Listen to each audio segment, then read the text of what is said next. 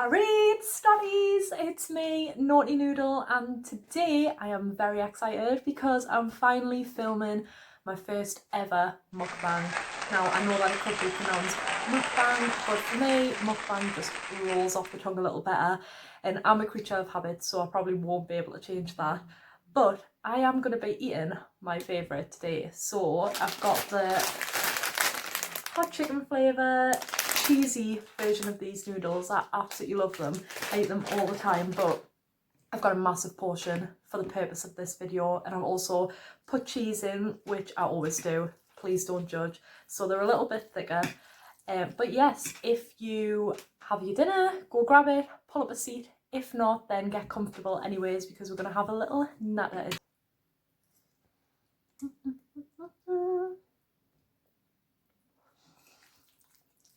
Oh, literally. These noodles are like my favourite thing in the whole world. I could eat them every single night. So something I've been thinking about a lot recently is, and I'm sure you've all watched it as well, the new-ish Netflix documentary, Don't Fuck With Cats. I can't stop thinking about it. And that's strange for me because like I've watched my fair share of serial killer documentaries. You know, I'm a girl in this day and age, and it's what I like to do with my spare time. But this one really did. It kind of stuck with us, so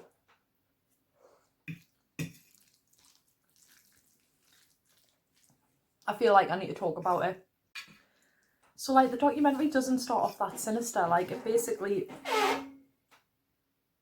that was my chair. It basically starts off with this like really feisty woman. She lives in Las Vegas, called Deanna, or Bowdy Moving as she calls herself online.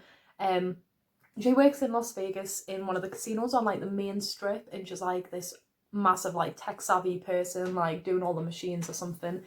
I'm not entirely sure what it is exactly she does, because like it's not my forte, but anyways. And she goes through like a really bad breakup, and she's like, oh god, like I need to take my mind off this breakup and I need to invest myself in something else. So she goes on Facebook. What she does on there, I mean, I guess it was 2010, so Facebook was quite like exciting, but she goes on Facebook and she spends a lot of her free time when she gets home after work on Facebook.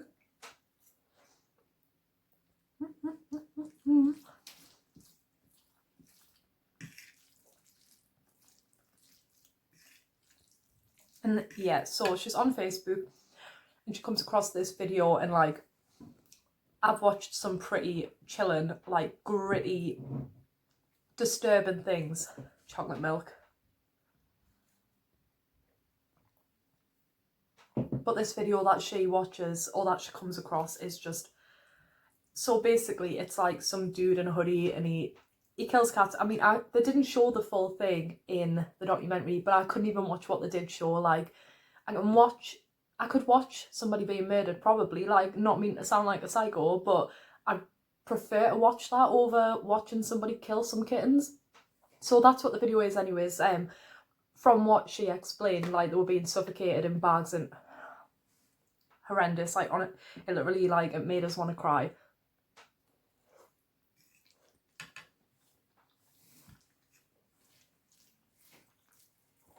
So obviously she's outraged, as you would be, and what you do when you're outraged, straight to the comments. And everybody's like, oh, who is this guy? Like, we've got to find him, we've got to hunt him down. But like, words are words, and obviously online talk is talk, isn't it? And talk is very cheap. But she's like, no, I need to find this guy. Like, I've been so affected, I'm so furious, and obviously I have all this newfound spare time. So she like throws herself into trying to find this guy, this kitten killer.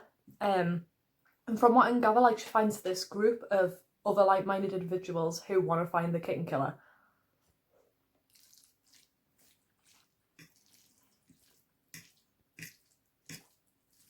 But like, so they start like analysing the video, looking at everything that's around. I don't want to spoil it too much, but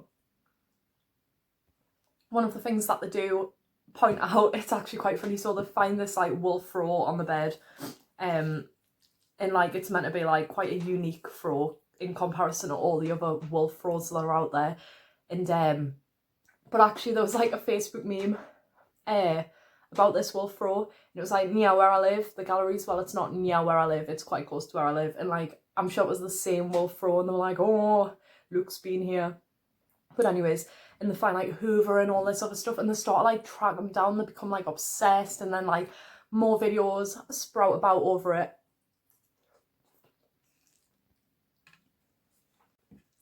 So yeah, they delve into like trying to pick apart this video, like every little thing, like the Hoover. They go on Hoover forums, and they're really trying to like find out who this guy is, and like obviously take care of him, deal with him. Although like they never made that clear what they were going to do. They didn't initially say that they were going to report him. They just were like, we've got to track him down.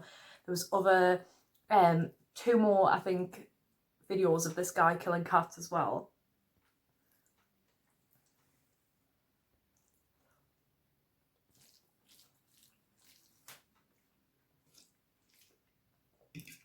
And one of the other main investigator people in this group, this guy called John Green, wasn't his real name, it was like an alias name.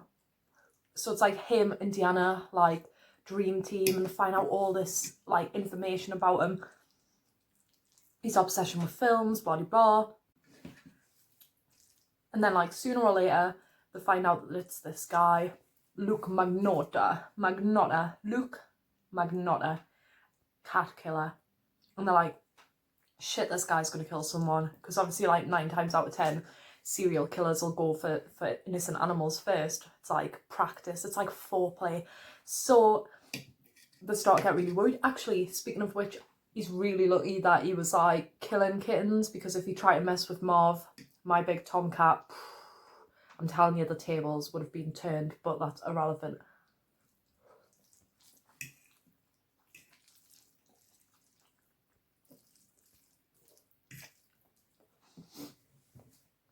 Marv would literally chin this guy, he would knock him clean out. So yeah, that's probably why I picked kittens, to be honest, because like cats can be vicious when they need to be. So yeah, they find out it's like this guy Luke, and they're like researching him, finding all these accounts, all this fan stuff, all it, because like you want to be a model, you want to be on telly, you want to be an actor, and he's like so vain, and it turns out he's like such a narcissist. It was like pretty standard stuff, to be honest, other than like at first, other than the fact that he was killing cats. But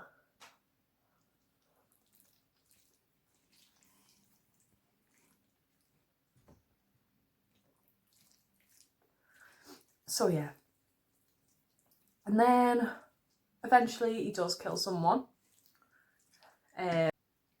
So yeah, he kills this student, Lin Jun, and then like he goes on the run, but he's still leaving like little puzzle pieces and little trails and like clues about his whereabouts, because like he wants to be found, but he doesn't. But he wants the fame, mainly he wants like the exposure.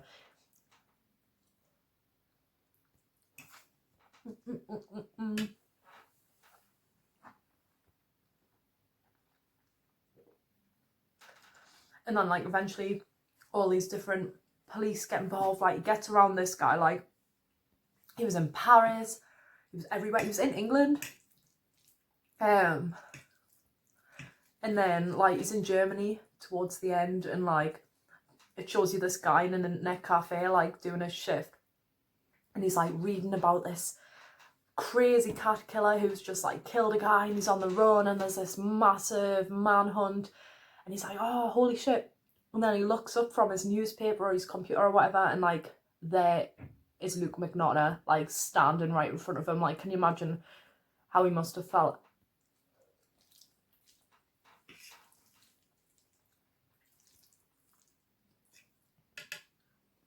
So he gets apprehended and he gets arrested. But like, I couldn't believe that guy in the internet cafe. Like, could you imagine? I would absolutely hate myself, I would. Like, he probably thought he was close to death. Like, I personally have never been in a near-death experience. Actually, I tell a lie, I have. I've been in 2, actually. So, the first one, this is slightly off topic, but it was like a family day out. I was about 10, I want to say like 10, in Wat Plessy Woods, like this woods like near where I used to live, and my mum and dad's, and we all thought it would be fun to like go swimming in the lake. So they were all like fully clothed, having the time of our lives, and there's like an undercurrent, like I must have went too close to the side, or well, there was no signs, like health and safety was less of a deal when I was younger, and like this undercurrent started sucking us down, and like I was going under the water and that, and like I was drowning, essentially I was drowning, and eventually I think my uncle pulled us away and like saved us, but I had these new trainers, like if I close my eyes now I can see them. They were Nike, like navy blue Nike things, and instead of like laces they had this zip going right up the top middle, and it was bright yellow. Oh, they were disgusting, but like clearly I must have liked them at the time, but like I think it was like my first or second time wearing them, pardon me, and like one of these shoes came off my feet, not surprisingly considering they only had one zip, and like went sucking down into this undercurrent, and like my mum, she was only bothered that I'd lost my shoe. She wasn't bothered that I nearly died.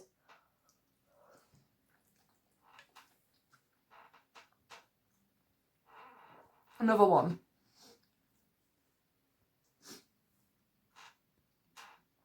So I was on holiday when I was little, again, like probably a little bit younger.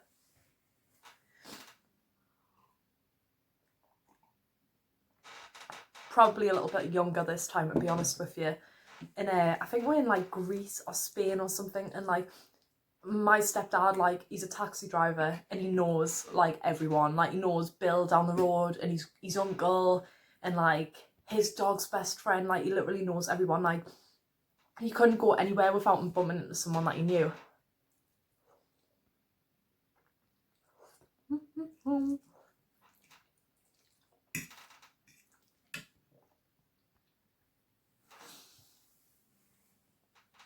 So unsurprisingly, we're like 4-5 hour plane ride away from home, away from Newcastle, and he bumps into someone when we're like going shopping or something. I don't know who it was, like he knew all these people with crazy names like Gold Tooth, Old Man John, Young Man Terry. So he bumps into one of them anyways, and they're like, oh, come back to our hotel, like I think they had kids and that. And so he was like, ah, yeah, so all went over, and like obviously I was like a proper water baby. I was like straight in the pool, so again, like this is a water near-death experience.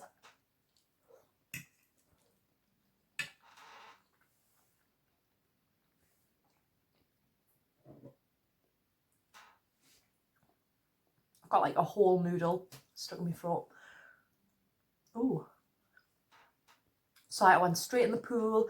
I nicked this inflatable shark, and I was on this inflatable shark just minding my own, like chilling. Music was blasting, and I thought, this is the life for me. As a kid, this is exactly what I want to be doing. Had a cold lemonade waiting for when I got out. Little did I know that the bit of the pool I was in, where like when I stood up, the water was like hip high, maybe a little bit less. It actually had this step like midway that went right down, so it went straight into the deep end. No fence, no signs. There could have been signs. I was not very observant as a child. Anyways, I came off this shark, and like I must have got a fright, because like obviously my feet didn't touch the ground as I was expecting them to, and I was drowning. Next level drowning, arms flailing. It was all very, very dramatic. So my stepdad, I'll get her, off he goes, and he's in the little bit of the pool. Then like he didn't know there was a step either, so there's a massive drop, and apparently his head just went right under the water. It was deep. Like, I'm not just trying to sound like a drama queen. This next bit of pool was super deep, but like his tabs and his phone and everything's in the little bit of the pool. By the time we'd actually get in, it was some other guy who pulled us out, but suffice to say, I had survived to tell the tales, so.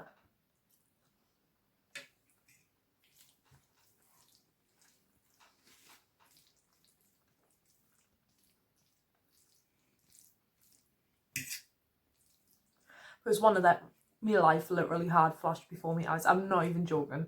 It was terrifying. I feel lucky to be here right now, to be honest, but back to the topic at hand, I've never been threatened like in the bedroom with a guy with like a screwdriver. Starting to get full. My favourite part, I love putting cheese in, and then you get a little cheese ball, a little cheese chunk. And, oh, it's such a nice, like, especially when you've got a lot, like I've got like 2 packets here, which is way more than I normally eat, and like it's a nice surprise, a nice little change. It switches it up. Like there's a massive cheese lump here. Oh, they're all literally stuck together with cheese. Mature cheddar, the white one though.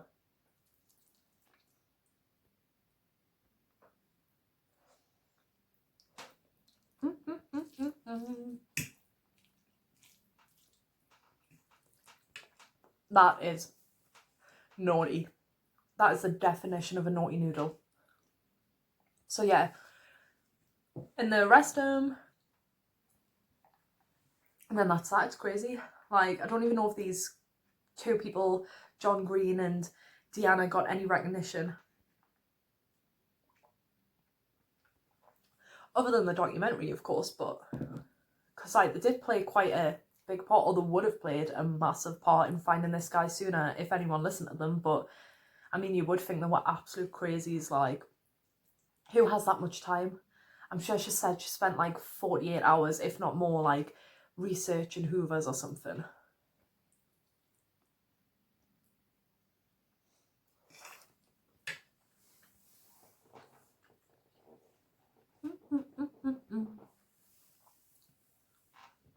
Cheese chunk.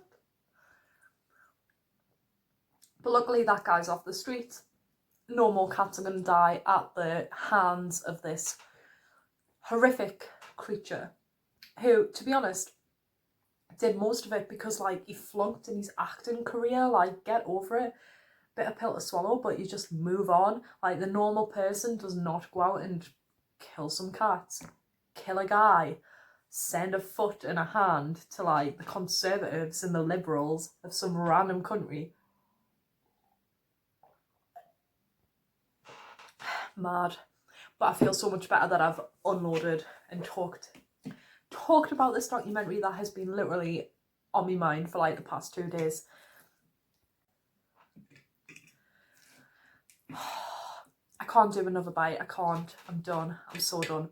But I think I did quite well. This is my Jack Skeleton plate. But yes, this has been my first mukbang, and I hope you enjoyed. Hopefully in the next one I'll have a bit more confidence, or I'll have something better to talk about. Man, my toilet is not going to like me in the morning. Bye, Scotties. Bye. Bye-bye now.